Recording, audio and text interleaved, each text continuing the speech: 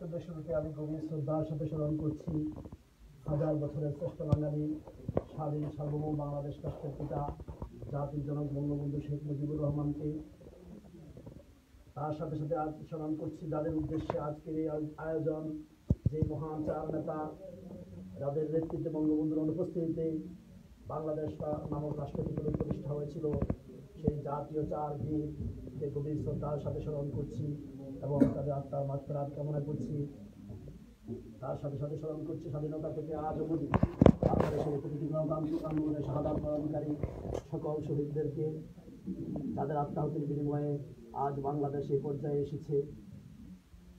সর্বশেষ বাংলাদেশে যে মুক্ত চিন্তার মানুষ, মুক্ত বুদ্ধির চর্চা করেন যারা, মুক্ত চিন্তার কথা বলেন যারা, তাদেরই একজন দীপনকে আমাদের হেফাজতুল্লাহ ভাই বলেছেন একটু আগে, যেভাবে নির্মমভাবে হত্যা করা হয়েছে একটি বই প্রকাশনার দায়ে, আমি তার আত্মার মাগফিরাত কামনা করছি।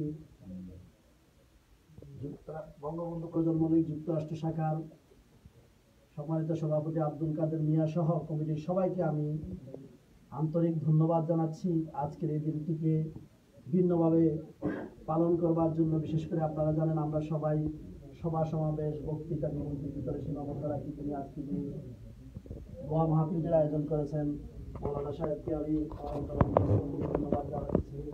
উনি মিলাদ মাহফিলের মাধ্যমে সকল শহীদদের প্রতি আত্মার মাগফিরাত কামনা করে দোয়া করেছেন। আমরা আশা করি আমাদের দোয়ায় ওনারা আল্লাহ পাক ওনাদেরকে জান্নাত করবেন।